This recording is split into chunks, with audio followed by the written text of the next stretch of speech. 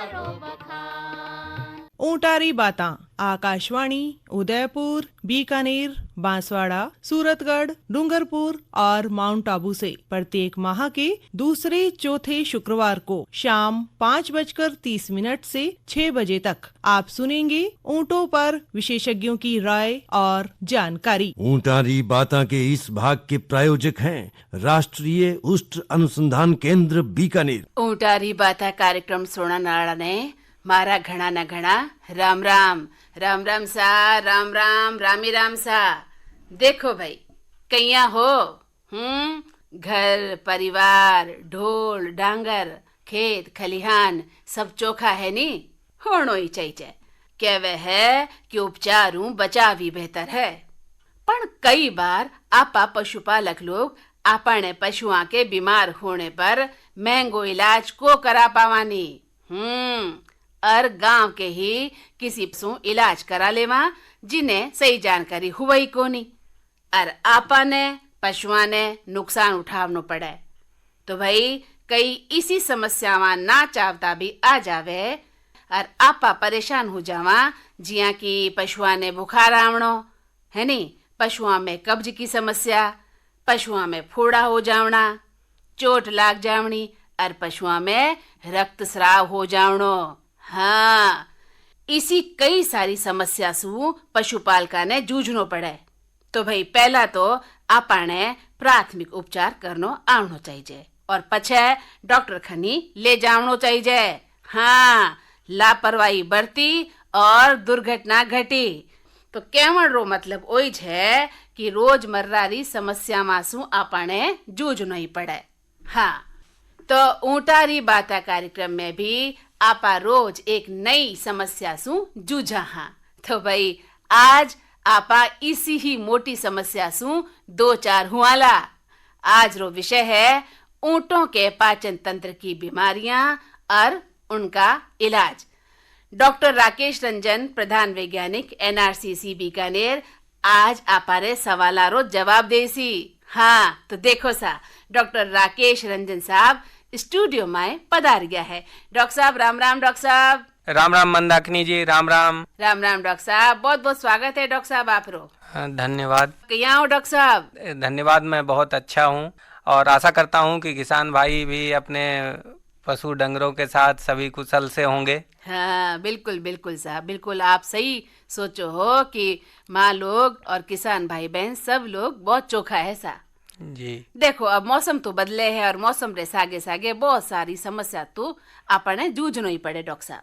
हाँ मंदाकिनी जी, आप सही कह रहे हैं। अभी बरसात आने वाला है और इस समय किसान भाई और पशुपालक पशुओं में अपनी कई नई समस्याओं से जूझ सकते हैं। हाँ, जैसे कि अभी पेट से संबंधित समस्याएं, जिसमें कब्ज है, दस्त की बीमारी है, खूनी दस्त का होना है, खास करके बच्चों और कम उम्र के पशुओं में ये समस्या काफी आती है। वाह डॉक्टर साहब, आप तुम्हारे मन री बात ही कह दी, क्योंकि आज आपा भी इन्हीं विषय पर बात कर सा कि ऊँटा के पाचन तंत्र की कई कई बीमारियां हैं और ब्यारो इलाज भी कई कई है।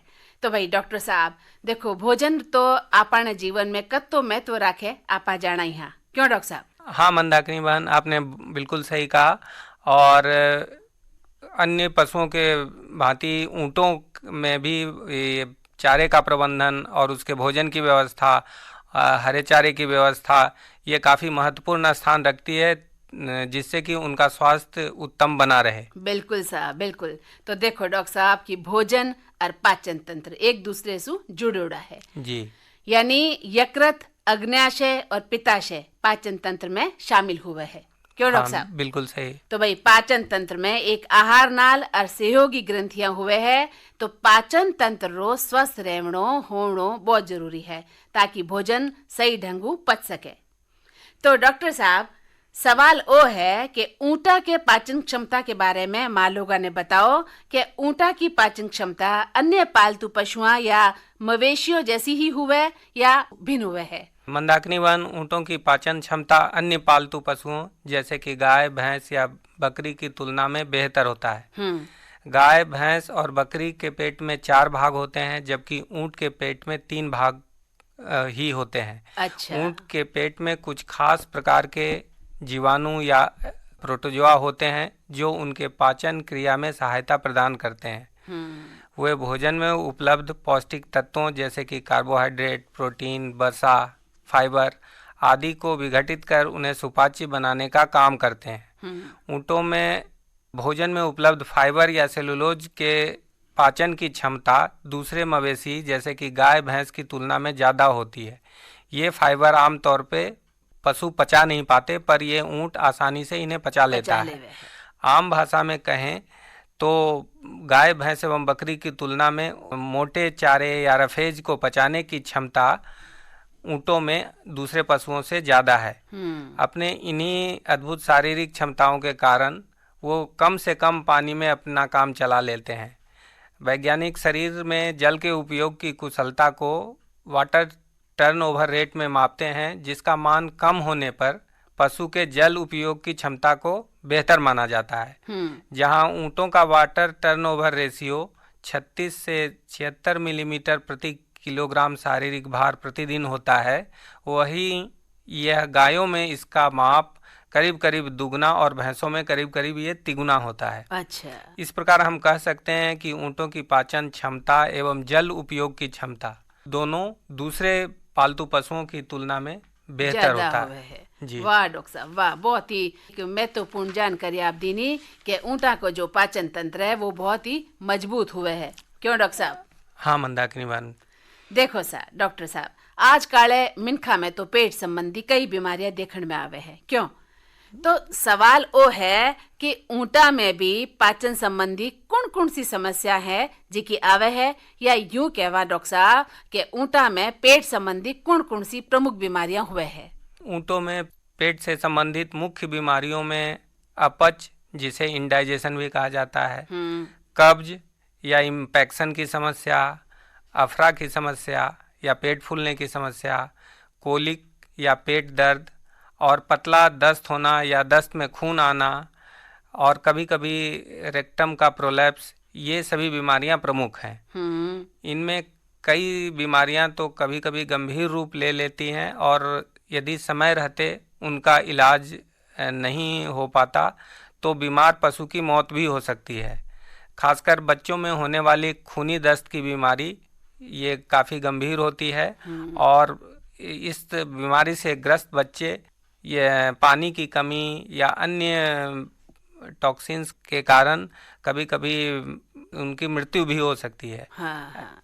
ऐसे बच्चे यदि दूध न पी रहे हों या उठकर चलने में समर्थ ना हो तो तुरंत किसान भाइयों को चाहिए कि वो पशु चिकित्सक से संपर्क कर उसका इलाज शुरू कर दें। वाह डॉक्टर साहब, वाह भाई। डॉक्टर साहब कहवे है कि समस्याओं की जड़ ने खत्म ही करना बहुत जरूरी है नहीं डॉक्टर साहब? जी। तो भाई ऊँटा में अपच या कब्ज की समस्या को कई कारण है और इरा लक्षण कहीं कहीं है, और आप बात करा बचाव की, तो बचाव रा उपाय मालूगा ने आप बताओ सा। मंदाकिनी बहन, ऊँटों में कब्ज या अपच की समस्या आमतौर पे आहार में हरे चारे की कमी या अनुपलब्धता या खराब किस्म के सूखे चारे का उपयोग या पीने के पानी की कमी के कारण होता है। कभी कभी बरसात के दिनों में चराई के समय ऊँट गलती से वो विषाक्त पौधों को भी चर लेते हैं, उससे भी यह समस्या कभी कभी आ सकती है। साथ में यह देखा गया है कि यदि ऊँटों को सूखा चारा खिलाने के बाद यदि हम तुरंत किसी कठिन काम में लंबे समय तक लगाए रखें तब भी उनमें कब्ज या अपच की समस्या आ सकती है। कब्ज या अपच होने पे ऊँट सुस्त हो जाता है और कब्ज के समय ऊँट की मेंगनी सूखा और लंबा हो जाता है।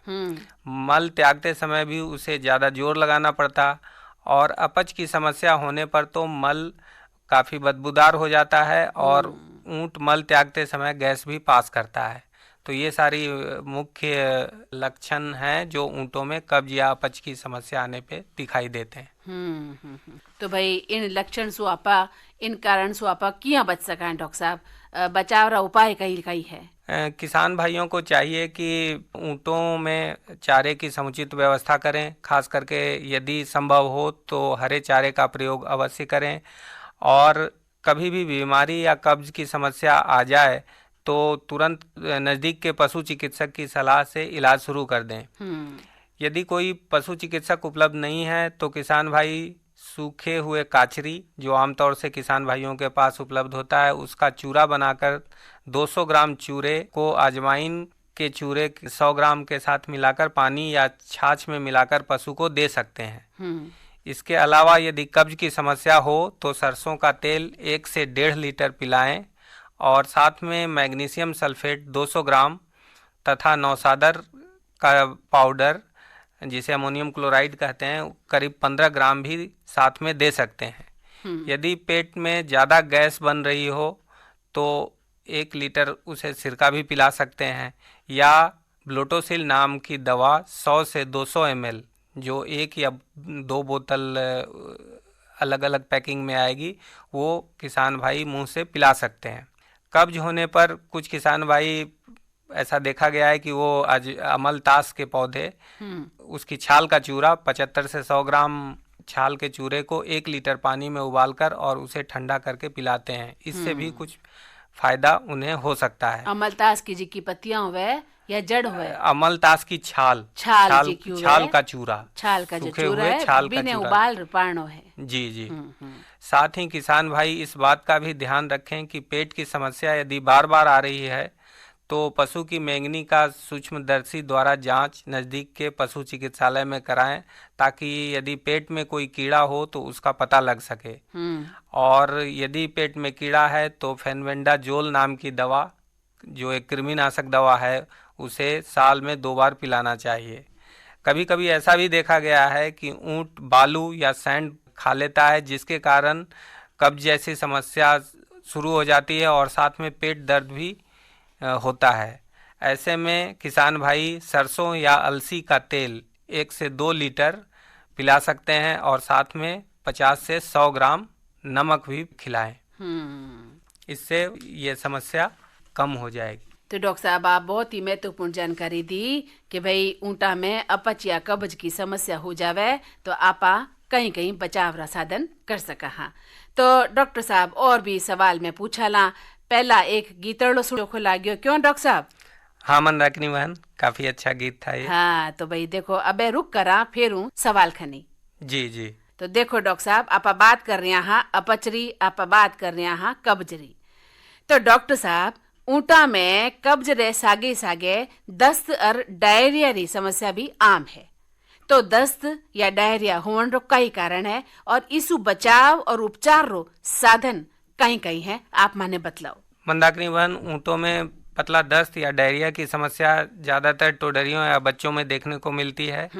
यह ई कोलाई या किसी अन्य बैक्टीरिया के संक्रमण से होता है, जिसमें दस्त कभी कभी खूनी यानी लाल रंग का भी हो जाता है। बच्चों में यह समस्या काफ़ी गंभीर होती है और यदि समय पर इलाज न मिले तो शरीर में पानी की कमी हो जाती है और टोडरियों की मृत्यु भी हो सकती है। अच्छा। इस बीमारी से बचाव के लिए किसान भाइयों को ऊँटनी के थन की साफ सफाई का खास ख्याल रखना चाहिए। साथ ही यह भी सुनिश्चित करना चाहिए कि ऊँटनी कहीं थनैले या मास्टाइटिस की बीमारी से ग्रसित तो नहीं, क्योंकि ये बैक्टीरिया विषाक्त दूध या संक्रमित दूध के जरिए बच्चों तक पहुंचती है। ज़्यादातर यह देखा गया है कि संक्रमित दूध या गंदे वातावरण में ये बैक्टीरिया काफ़ी संख्या में बढ़ जाती है और इससे ऐसे दूध को जब बच्चा पीता है तो उसे दस्त की समस्या शुरू हो जाती है। दस्त लगने पर बच्चों में नमक और छाछ मिलाकर छाछ वो पिला सकते हैं ताकि डिहाइड्रेशन से बचा जा सके। साथ ही जेंटामाइसिन या मेकासिन का इंजेक्शन भी डॉक्टर की सलाह पर वो लगवाएं तो अच्छा रहेगा।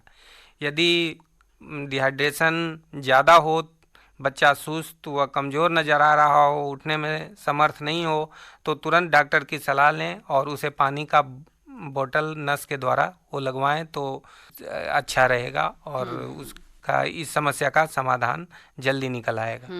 तो भाई बहुत ही जो है, मैं तो समाधान आप बतायो कि की कर जो है ऊँटा में दस्त और डायरिया समस्या से मैं लोग जूझ सका। हाँ, क्यों डॉक्टर साहब? हाँ मंदाकिनी बहन, ये समस्या खास करके बरसात के दिनों में ज़्यादा देखने को मिलती है और इस समस्या से यदि किसान भाई इसका अनदेखा करेंगे तो ये खतरनाक भी होता है, अतः तुरंत इसका इलाज शुरू कर बहुत देना जरूरी है। वाह डॉक्टर साहब, देखो डॉक्टर साहब, पेट री बात आपा कर रहे हाँ, पाचन री बात आपा कर रहे हाँ, आपा बात कर रहे हाँ कब्ज री, आपा बात कर रहे हाँ दस्त री, तो भाई एक चीज और है, पेट दर्द है नहीं डॉक्टर साहब। कभी कभी वो भी होवे डॉक्टर साहब कि जो ऊंट है वो पेट दर्द के कारण बेचैन हो जावे और बार बार आपरे पेट पर लात मारतो फिरे।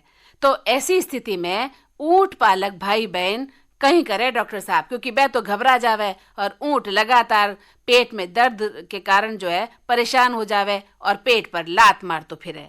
मंदाकिनी बहन, ऊँटों में पेट दर्द की समस्या, दोनों बीमारी जैसे कि कब्ज हो या डायरिया की समस्या हो, इन दोनों के कारण भी हो सकता है। अच्छा। इसके अलावा कुछ अन्य कारणों से भी पेट में दर्द उठ सकता है और ऐसी स्थिति में पेट या तो फूलने लगता है या पेट में मरोड़ उठने लगता है और प्रभावित ऊंट जो है बार बार अपने पैर से अपने पेट की ओर लात मारता है। हाँ डॉक्टर साहब। तो ऐसी स्थिति में किसान भाइयों को चाहिए कि यदि संभव है तो नज़दीक के पशु चिकित्सालय जाकर पशु चिकित्सक की सलाह लें, और यदि नहीं है और तुरंत उपचार उपलब्ध नहीं हो पा रहा है तो और पेट ज़्यादा फूल रहा है तो ऊँटों को ब्लोटोसिल की दवा वो मुंह से पिला सकते हैं। यह 100 से 200 ml यानी 1 या 2 बोतल पिलाया जाता है। साथ में यह किसान भाई यह भी सुनिश्चित करें कि ऊंट कच्चे स्थान पर हो ताकि बेचैन होने की स्थिति में वह अपने को ज़्यादा चोट न पहुंचा ले। कभी कभी गले में सूखे चारे या कुछ अन्य चीज़ अटकने पर भी ऊंट को सांस लेने में तकलीफ होने लगती है और वो ऊंट बेचैन हो जाता है और किसान भाई इसे पेट दर्द की समस्या समझ लेते हैं। साथ ही ऐसी स्थिति में ऊंट न तो चारा खा पाता है और न ही पानी पी पाता है। ऐसे में जो चोक या अवरोध को हटाने के लिए किसान भाई कभी कभी मुंह से पाइप या कुछ अन्य चीज़ डाल देते हैं जिससे ऊंट के मुंह में घाव भी हो जाता है। मेरी सलाह ये रहेगी कि ऐसा वो कदाचित ना करें और इस स्थिति में हमेशा पशु चिकित्सक की सलाह लेकर ही मुंह में कुछ डालें या आगे कुछ उसका इलाज शुरू करें। साथ में किसान भाई इस बात का ध्यान रखें कि पशुओं को सूखा चारा खिलाने के बाद तुरंत कठिन कार्य में लंबे समय तक न लगाएं, क्योंकि यह भी एक पेट दर्द का कारण हो सकता है। और समय समय पर ऊंट की मेंगनी का सूक्ष्मदर्शी जांच कराएं, क्योंकि पेट में यदि कीड़ा हो तो भी वो मरोड़ उठ सकता है और दर्द की समस्या आ सकती है। साथ ही यदि पानी की समस्या न हो, मतलब पानी हमेशा उनके पास उपलब्ध हो और हरे चारे की उपलब्धता हो, तो ऐसी स्थिति में पेट की समस्या और खासकर पेट दर्द काफ़ी कम देखने को मिलता है। साल में हो सके तो 1 या 2 बार पशु चिकित्सक की सलाह पर कृमिनाशक दवा देते रहें तो ऊँटों के पेट का स्वास्थ्य सही बना रहता है। वाह डॉक्टर साहब, वाह डॉक्टर साहब, बहुत ही महत्वपूर्ण बातचीत आज आपकी कि ऊँटा के पेट के स्वास्थ्य की चिंता आपा लोगों ने करनी है, यानी कि ऊँटा के पाचन तंत्र संबंधी जितनी भी बीमारियां हैं बारो इलाज करावनो बहुत जरूरी है ताकि ऊँट जो भी खावे वो सही ढंग से पच सके। क्यों डॉक्टर साहब? जी जी। तो भाई आज तो देखो बात मैं लोग की कि ऊँटा के पाचन तंत्र की बीमारियां और उसका इलाज डॉक्टर राकेश रंजन हा, प्रधान वैज्ञानिक NRCC बीकानेर। तो डॉक्टर साहब आपने देवा घणे मानसू, बहुत बहुत धन्यवाद। धन्यवाद मंदाकिनी जी। तो ऊँटारी बाता में आज रो विषय हो कि ऊँटों के पाचन तंत्र की बीमारियां और उनका इलाज। तो देखो सा बीमारियां का तो अंत ही को नहीं। कब्ज और डायरिया री बात तो आपा करी, इधे सागे ही खूनी दस्तरी बात भी डॉक्टर साहब करी ही, जिन्हें की आपा पेचिश कहवा हा। इन रोग पर भी पाचन तंत्र रो प्रभाव पड़े है। तो इन रोग से भी मुख्यतः पक्षी, भेड़, बकरियां, बछड़े, बछड़ियां भी प्रभावित हुए है। 2 बीमारियां सु बचनो है और बचावनो है। तो ऊँटारी बाता में आ जातो ही इन कार्यक्रम रा संयोजक हा JP मीणा, प्रस्तुत करता है मीनाक्षी मलिक, तकनीकी प्रमुख हा नरेश प्रभाकर, तकनीकी सहयोगी भंवरलाल और अभय। मंदाकिनी जोशी ने दो इजाजत। घना घना राम राम, राम राम सा, राम राम, रामी राम।